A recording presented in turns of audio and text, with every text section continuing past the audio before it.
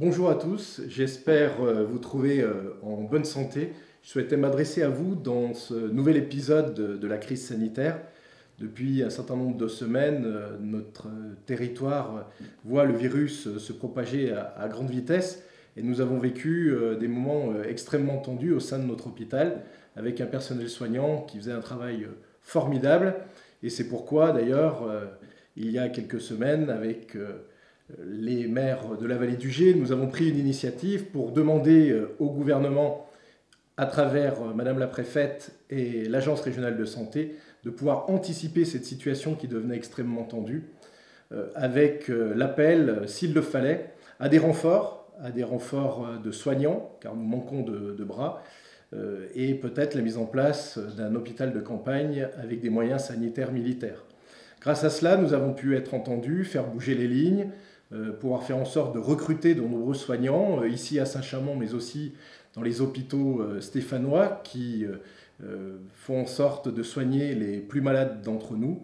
Et aujourd'hui, nous sentons un certain infléchissement au niveau de la propagation, et nous avons un certain nombre de lits qui permettent, certes, de déprogrammer encore un certain nombre d'opérations non urgentes, mais nous pouvons également, à travers cela, soigner le plus grand nombre, et c'est bien ce que nous souhaitions. C'est pourquoi, d'ailleurs, je demande à chacun de continuer à bien respecter les gestes barrières. La ville de Saint-Chamond a lancé une campagne de communication pour rappeler quels étaient ces gestes élémentaires qui permettent de prendre soin de soi-même, mais aussi des autres.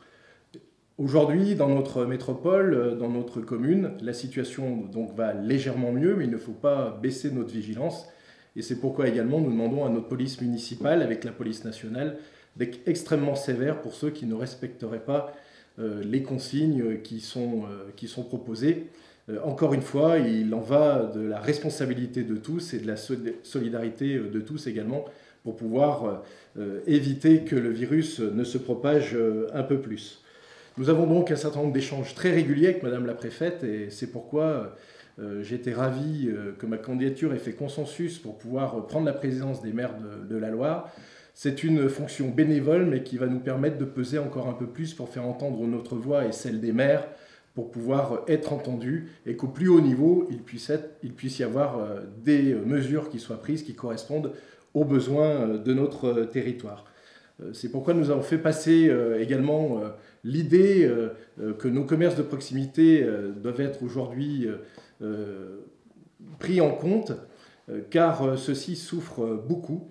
C'est vrai qu'un certain nombre de mesures nationales sont prises pour éviter les interactions sociales, pour éviter que notre population ne se mêle trop rapidement et échange éventuellement le virus. Mais il est extrêmement humiliant que certains commerces apparaissent essentiels et d'autres non essentiels. Et je crois que vraiment ce terme ne correspond pas à la réalité. Il y a des produits de première nécessité, il y a des produits qui le sont moins, mais nos commerces de proximité, dans les prochains jours, lorsque le Premier ministre et le gouvernement reverront leur copie, je pense que nos commerces de proximité doivent être pris en compte. Et d'ailleurs, la ville de Saint-Chamond va prendre tout un tas d'initiatives pour continuer à les soutenir, particulièrement une campagne de communication également pour faire en sorte que nous, consommateurs, nous ayons bien conscience que nous sommes rois en la matière, c'est-à-dire continuer à consommer local, continuer à passer par le click and collect, continuer également à commander sur Internet auprès de vos détaillants et de vos commerces de proximité pour faire vos achats dans la perspective des fêtes de fin d'année. Des fêtes de fin d'année qui, vraisemblablement d'ailleurs, n'auront pas la même saveur que d'habitude. Nous avions, avec la ville de Saint-Chamond, préparé un programme extrêmement enrichissant et malheureusement, nous allons devoir sans doute dans les prochains jours annuler un certain nombre de ces festivités.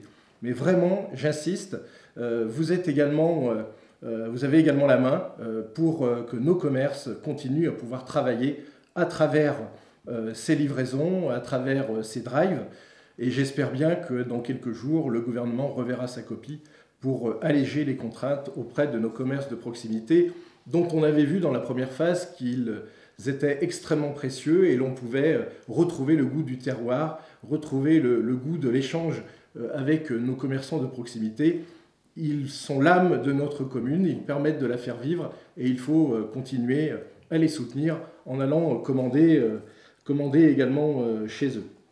Nous avons une situation économique également difficile en ce moment, crise du Covid, un climat, vous l'avez vu, d'insécurité et d'attentats en France, donc chacun doit être vigilant, mais aussi une situation économique très difficile, je l'ai dit pour nos commerçants, mais aussi pour un de nos fleurons économiques. Il s'agit de la société Kidiliz, anciennement Zanier, qui a été rachetée il y a 2 ans par un groupe chinois, qui malheureusement n'a pas fait ce qu'il fallait pour maintenir compétitif cette entreprise. Elle est en redressement judiciaire. Nous aurons dans quelques jours le retour de l'ensemble des offres de reprise, mais malheureusement, ce qui se profile, c'est sans doute la fermeture du site de Saint-Chamond. Et j'ai beaucoup de peine d'entendre que près de 200 salariés et 160 en CDI risquent de perdre l'emploi dans les prochaines semaines. C'est pourquoi je me suis entièrement mobilisé pour faire entendre cette voix des salariés au département de la Loire, dans un premier temps, puis au sein de Saint-Étienne Métropole, par le vote d'une motion qui a été unanimement votée. D'ailleurs, je remercie l'ensemble de mes collègues maires qui aujourd'hui, chacun dans leur conseil municipal, vont faire voter cette motion de soutien, et particulièrement sur la vallée du Gier. Nous continuons à essayer de peser sur les décisions qui seront prises d'ici le 23 novembre prochain. Pas plus tard que samedi dernier, j'ai pris la tâche de Gaël Perdriau, maire de Saint-Étienne, président de la métropole, et Jean-Michel Miss, le député, qui est à l'origine de la venue de Jean Castex, Premier ministre, qui est venu sur le site du CHU de Saint-Étienne. Et nous avons pu faire passer à la fois un courrier et un certain nombre de demandes. Et la demande la plus forte, c'est non seulement de soutenir ces salariés, mais c'est de bénéficier d'un moratoire et d'un délai supplémentaire pour pouvoir geler les offres, pouvoir les réexaminer, qu'elles soient meilleures pour notre territoire et que l'ensemble des salariés puissent passer des fêtes de Noël sans être licenciés.